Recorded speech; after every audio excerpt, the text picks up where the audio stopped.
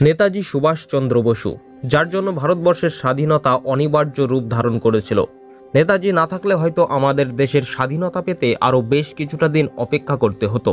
যেখানে কংগ্রেসের অন্য সব নেতারা ভারতকে একটি ডোমিনিয়ন স্ট্যাটাস দেওয়ার পক্ষে মত দেন, সেখানে নেতাজি সুভাষচন্দ্র বসুই প্রথম ভারতের পূর্ণ স্বাধীনতার পক্ষে সুর চড়ান।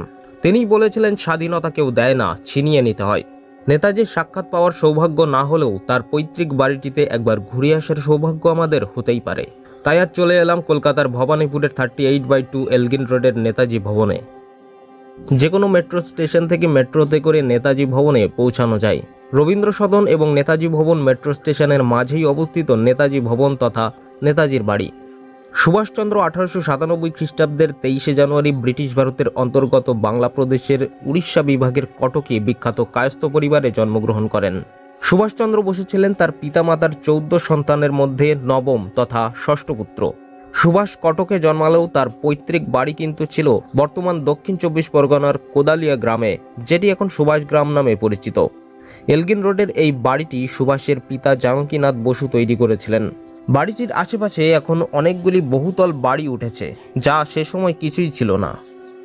বাড়িটিকে এখন মিউজিয়ামে পরিণত করা হয়েছে। মাত্র 40 টাকার টিকিট কেটে সম্পূর্ণ মিউজিয়াম তথা নেতাজির বাড়িটি ঘুরে দেখে নিতে পারেন। গেট দিয়ে ঢুকেই দেওয়ালে এমন বেশ কয়েকটি ফলক লাগানো রয়েছে, যেগুলিতে নেতাজির হাতে লেখা চিঠিগুলি খোদাই করা রয়েছে। বাড়ির সিঁড়ি দিয়ে ঢোকার মুখে সিঁড়ির ঠিক বিপরীত দিকেই একটি লাল রঙের শহীদ বেদি স্থাপিত রয়েছে। শহীদ বেদির পাশেই বাদিকেই রয়েছে নেতাজির ভাইপো শিশির কুমার বোসের মূর্তি। ডান দিকে রয়েছে শিশির কুমারের বিভিন্ন সময়ের ছবি। এখানে নেতাজি মিউজিয়াম এবং নেতাজি সম্বন্ধিত বিভিন্ন মিটিং ও বিদেশের বিভিন্ন অনুষ্ঠানে তাকে দেখা যাচ্ছে। এখানে এই ছবিটিতে দেখা যাচ্ছে 1998 সালে নেতাজি মিউজিয়ামের রিডিজাইনের সময় এনডিটিভির কাছে সাক্ষাৎকার দিচ্ছেন শিশির কুমার। পরের ছবিটিতে শিশির কুমারকে দেখা যাচ্ছে নেতাজি ভবনের সামনে পয়লা বৈশাখ র্যালিতে। এই ছবিটিতে তাকে দেখা যাচ্ছে 1994 সালের লাহোর ফোর্টে। পরের এই ছবিটিতে 1997 সালে নেতাজি ভবনের জেনারেল ফুজিওয়ারার কাছ থেকে নেতাজির তরোয়াল গ্রহণ করছেন শিশির কুমার। এই ছবিটি 1948 সালের, যেখানে শরৎচন্দ্র এবং শিশির কুমার রয়েছেন ইতালিতে। শিশির কুমার বোসের আরও একটি ছবি 1945 সালের, আরেকটি ছবি রয়েছে 1941 সালের। এই যে সিঁড়িটি উঠে গেছে, এখান থেকেই নেতাজির মহানিষ্ক্রমণ ঘটেছিল। 1941 সালের 16-17 তারিখের রাত্রে এই সিঁড়ি দিয়েই নেতাজি নেমে এসেছিলেন, আর সিঁড়ির নিচেই ভাইপো শিশির কুমার গাড়ি নিয়ে অপেক্ষা করছিলেন। এবার আমরা মিউজিয়ামে অর্থাৎ মূল বাড়ির ভিতরে প্রবেশ করব।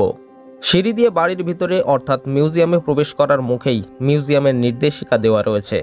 বাড়িটিতে সেই সময়ের কাঠের ব্যবহার, যা আজও দাঁড়িয়ে রয়েছে স্বমহিমায়। এখনও কাঠের সিঁড়িটিও ব্যবহৃত হয়।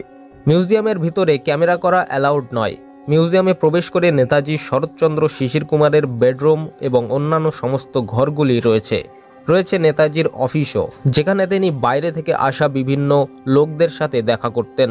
নেতাজি বিভিন্ন সময়ে যে পোশাকগুলি পরেছেন সেগুলিও এখানে সংরক্ষিত রয়েছে। এমনকি তার চরণ পাদুকাগুলিও এখানে রয়েছে।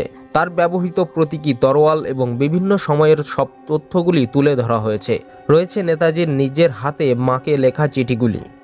বাড়ির উঠোন চত্বরে সেই গাড়িটিকেও সংরক্ষিত করা হয়েছে, যেটিতে করে শিশির কুমার তার রাঙা কাকাকে রাতের আধারে লুকিয়ে দেশত্যাগের জন্য বিহারের গোমো জংশন স্টেশনে ছেড়ে এসেছিলেন।